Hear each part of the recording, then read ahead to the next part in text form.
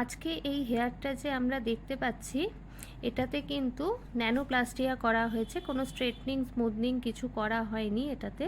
আর এর শাইনটাও তোমরা দেখতে পাচ্ছ এবং ফুল রিপেয়ার হয়ে গেছে।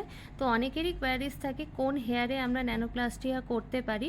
তো কেউ হয়তো স্ট্রেটনিং বা স্মুথনিং 3-4 বছর করা হয়ে গেছে, নিচের দিকের হেয়ারগুলো ভেঙে ভেঙে পড়ছে, তো ব্রেকেজ হয়েছে, ফ্রিজ হয়ে গেছে, সেই হেয়ারে আমরা ন্যানোপ্লাস্টিয়া অনায়াসে করতে পারি।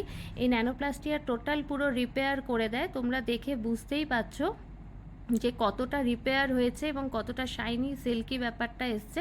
এটা এক ধরনের কিন্তু ট্রিটমেন্ট। ন্যানোপ্লাস্টিয়ার রেজাল্ট দেখো, স্ট্রেটনিং স্মুথনিং না, ন্যানোপ্লাস্টিয়া।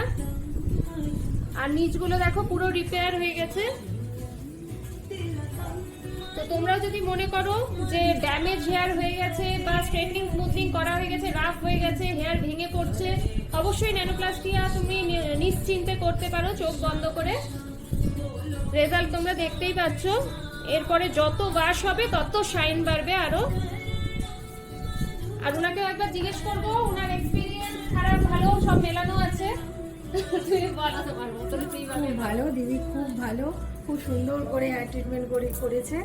আমার তো খুব ভালো লেগেছে, আমি বারবার আসি আর আসবো।